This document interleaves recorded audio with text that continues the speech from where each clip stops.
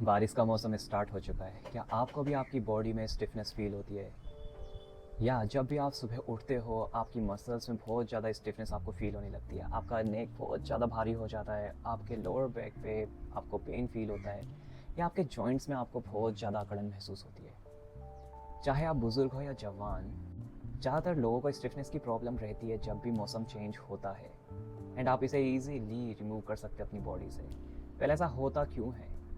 देखो, जब भी बाहर का मौसम चेंज होता है, चाहे वो रेनी सीज़न है या ह्यूमिड है या कोल्ड है, तो हमारा जो एटमॉस्फेरिक प्रेशर होता है वो ड्रॉप हो जाता है, जिसकी वजह से हमारे tissues, soft tissues swell up हो जाते हैं एंड आपको पेन फील होना स्टार्ट हो जाता है। पेन टोटली नॉर्मल है, लेकिन ओनली अगर आप हेल्दी हो एंड आपको ये सब फील हो रहा है। उसके अलावा अगर आपको कोई डिजीज़ है तो definitely go check with the doctor, अगर आपको अर्थराइटिस है या कोई भी ऐसे इश्यूज़ हैं। अदरवाइज़ आप ये सारे आसनास करके अपनी स्टिफनेस को दूर कर सकते हैं एंड अपनी पूरे डे को एनर्जेटिक बना सकते हैं। सो चलिए देखते हैं आसनास कौन से हैं। इनको बस आपको 10 से 15 मिनट करना है, जो कि कोई भी इंसान अपने के लिए शायद निकाल सकता है। पहले तो जब भी मौसम चेंज हो एंड आपको बॉडी में बहुत ज़्यादा स्टिफनेस या पेन फील होता है, तो ऑलवेज़ वेयर सॉक्स और ग्लव्स या एक दो लेयर कपड़ों की आप डाल लीजिए, जिससे ठंड की वजह से आपको पेन फील ना हो।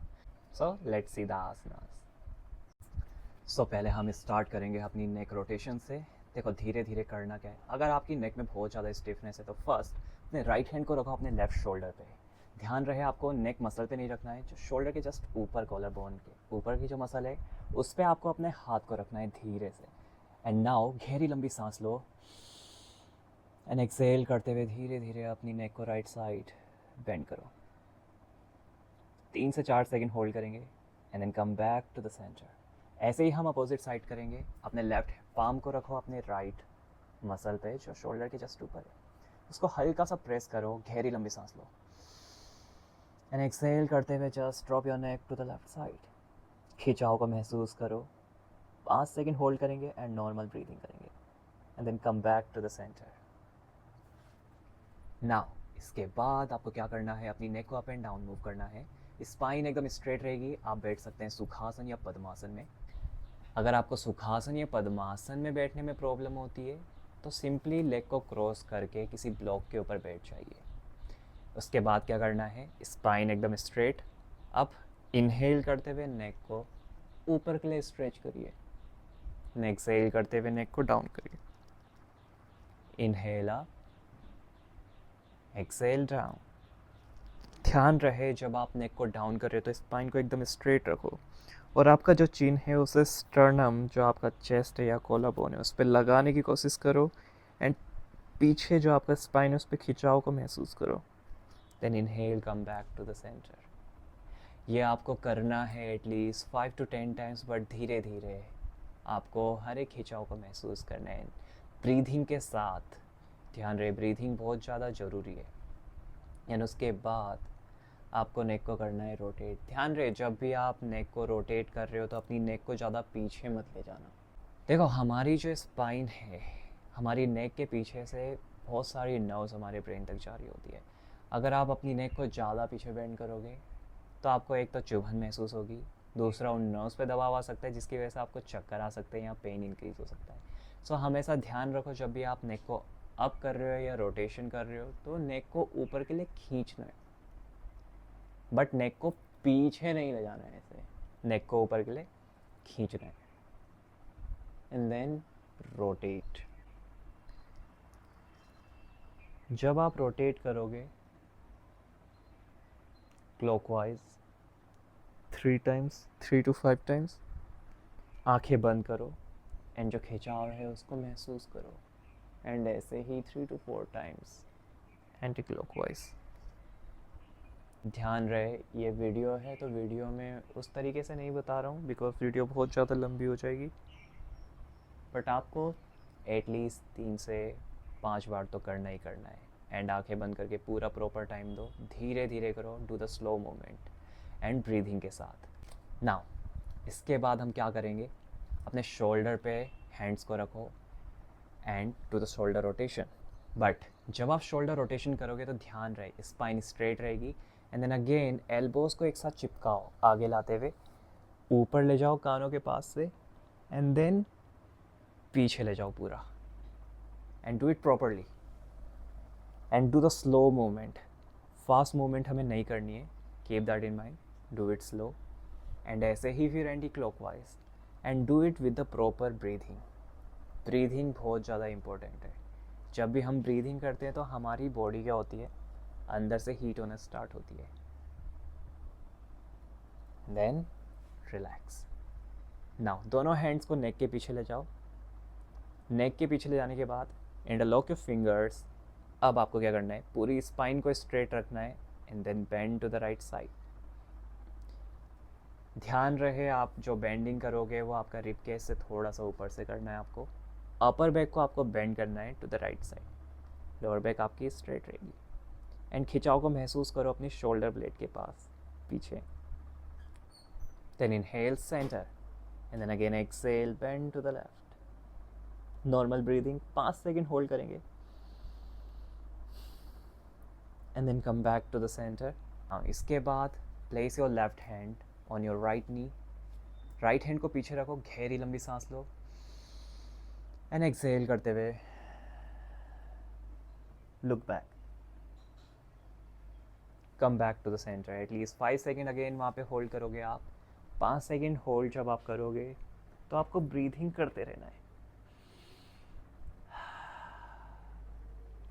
कम back to the centre. Now just turn to the side. ये सिट इन सुखासना. दोनों हाथों को ले जाओ अपनी बैक के पीछे and unlock your fingers. Hands को करो अच्छे से स्ट्रेच टू द डाउन. अपने चेस्ट को करो ओपन, गहरी लंबी सांस लो. खिंचाव को महसूस करो अपने शोल्डर जॉइंट पे एंड देन एक्सेल करते हुए बेंड फॉरवर्ड. अपने हेड को रखो ग्राउंड पे एंड अपने हाथों को अच्छे से ऊपर के लिए स्ट्रेच करो जब तक आपको बर्निंग सेंसेशन फील ना हो या गर्माहट महसूस ना होने लग जाए. And then come back to the center after 10 second hold. Okay, अब आप फील करोगे कि आपके जो शोल्डर जॉइंट है या चेस्ट के अराउंड आपको बहुत ज़्यादा गर्मी महसूस हो रही है, which is totally normal. Now sit in dandasana. Dandasana में कैसे बैठोगे आप? दंडासन में आपको एकदम स्पाइन स्ट्रेट करके बैठना है. बट अगर आपको प्रॉब्लम होती है दंडासन में स्पाइन स्ट्रेट करके बैठने में, तो आप क्या करोगे, दोनों हाथों रखोगे थोड़ा सा पीछे और लीन हो जाओ. बट ध्यान रहे यहाँ पे भी आपको स्पाइन स्ट्रेट रखनी है और चेस्ट ओपन रखनी है. ओके, देन उसके बाद आपको फीट करनी है बेंडिंग. आपको क्या करना है, फीट की बेंडिंग. कैसे करेंगे? एक्सहेल करते हुए फीट को आगे बेंड करेंगे, इनहेल करते हुए फीट को पीछे के लिए स्ट्रेच करेंगे. बट ध्यान रहे जब आप फीट को आगे बेंड कर रहे हो तो आपके टोज़ भी उसके साथ साथ स्ट्रेच होने चाहिए. Keep that in mind.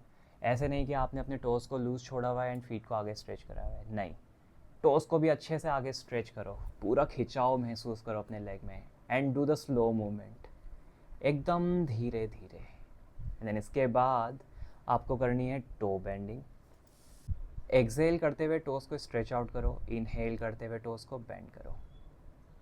Exhale, inhale and पूरा खिंचाव महसूस करो. आपके फीट एकदम तने हुए होने चाहिए, ऐसे लूज़ नहीं छोड़ना है.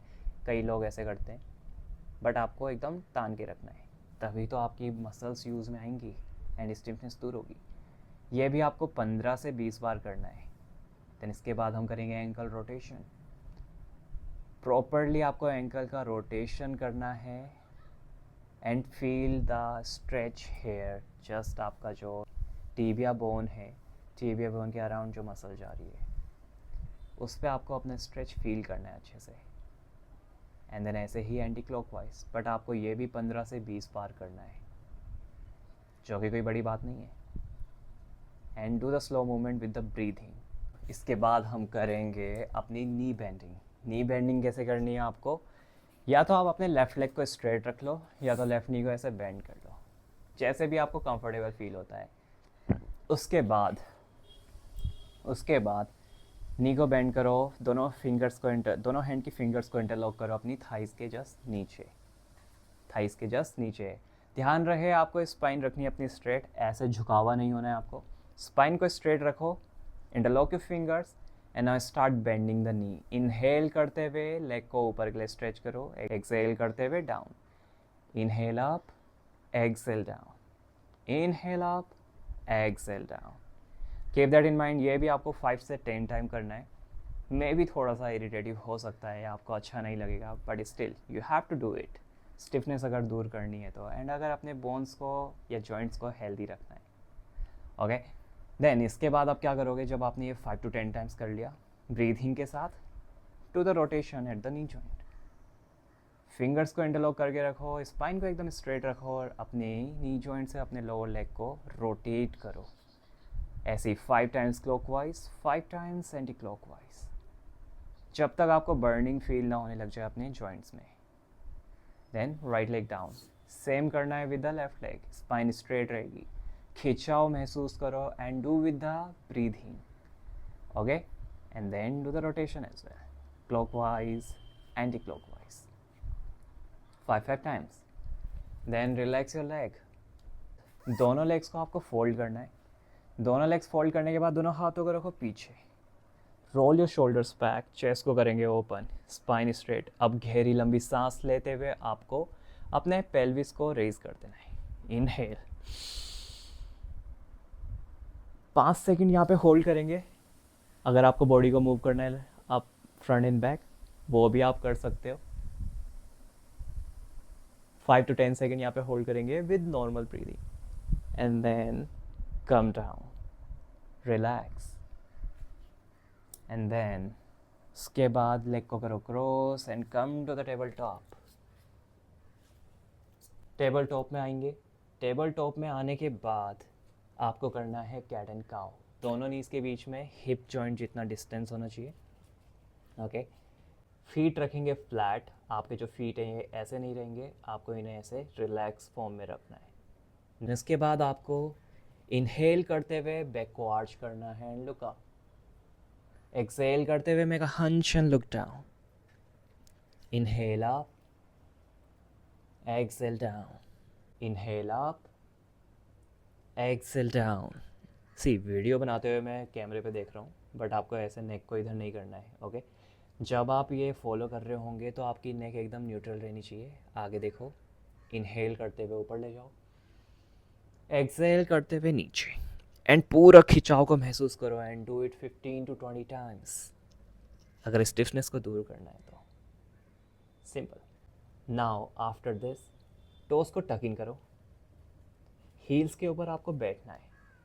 हील्स के ऊपर बैठने के बाद आपको दोनों हाथों को ले जाना है पीछे एंड नीज को उठा देना है। अब इसमें हम कर क्या रहे हैं, अपने टोस के ऊपर प्रेशर डाल रहे हैं, तो जो भी बची कुछ स्टिफनेस होगी आपके फिंगर्स में या आपके फीट में, वो हम इससे दूर करेंगे। सो करना क्या है, नीज को आगे पीछे मूव करो धीरे धीरे, do the slow movement and do proper breathing. ध्यान रहे ब्रीथिंग आपको करते रहना है। यहाँ पे भी आपको ये 1 से 2 मिनट करना है। जब आपको लगे कि वो जो स्वीट पेन है, स्वीट स्ट्रेच है, वो दूर हो चुका है, तो इस पोस्चर से वापस आ जाइए and again come back to the table top. Then now sit in Vajrasana. थोड़ी देर के लिए दोनों हैंड्स को ले जाओ पीछे and now go to the child pose. Shashankasana में थोड़ी देर रहेंगे,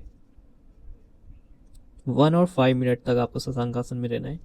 अगर 5 मिनट आपको ज़्यादा लगते हैं तो at least stay there for 2 minute and then come back. मैंने हाथों को पीछे रखा है, आप हाथों को आगे भी ले जा सकते हैं शशांक आसन में। जैसे ही आपने इन आसनास को कर लिया है एटलीस्ट 15 to 20 टाइम्स, अगर आपने इन्हें रिपीट कर लिया है एंड आपको लगता है कि थोड़ी सी थकावट महसूस हो रही है, तो you can just lay down in shavasana. Just दोनों लेग को स्ट्रेट करो एंड ले डाउन। हमें शवासन हमेशा, या तो आप कभी भी वर्कआउट कर रहे हो या योग कर रहे हो या आसनास, उसके बाद शवासन करना ही करना चाहिए बॉडी को एकदम रिलैक्स फॉर्म में ले जाने के लिए। सो शवासन में लेट जाइए, पाम फेसिंग अपवर्ड, दोनों लेग के बीच में रहेगा डिस्टेंस। गहरी लंबी सांस लीजिए एंड एक्सेल करते हुए exhale through the mouth. Exhale करते हुए अपना पूरा शरीर ढीला छोड़ दीजिए, बिल्कुल ढीला। किसी भी प्रकार का तनाव या स्ट्रेस आपकी बॉडी में नहीं है। एंड ये जो कामनेस है, जो शांति है आपके अराउंड, इसे महसूस करिए and just stay there in Shavasana for a while, at least 1 से 2 मिनट तक शवासन में लेटे रहिए, नॉर्मल ब्रीदिंग करिए। जैसे ही आपका शवासन डन हो जाए, slowly turn to the side, left hand को बेंड करिए और इसे आर्म रेस्ट की तरह यूज़ करिए। अपने हेड को रखिए लेफ्ट हैंड के ऊपर, यहाँ पे भी रुकेंगे एटलीस्ट 10 to 15 सेकेंड। आपके ऊपर डिपेंड करता है, अगर आप 1 मिनट भी रुकना चाहते हैं तो दैट इज़ टोटली फाइन। पूरे तरीके से अपने आप को रिलैक्स करिए एंड देन धीरे से राइट हैंड का सपोर्ट लेते हुए सिट इन सुखासना। ओके, ये तो हमारा आसनास का सेशन था।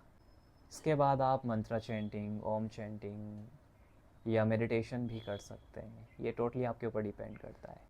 सो आज के सेशन में बस इतना ही, and to give it a try and इसे करिए आप रेगुलरली। सो डेफिनेटली आपकी बॉडी में जो स्टिफनेस या पेन आपको फील हो रहा था वो आपको कम होता हुआ दिखेगा।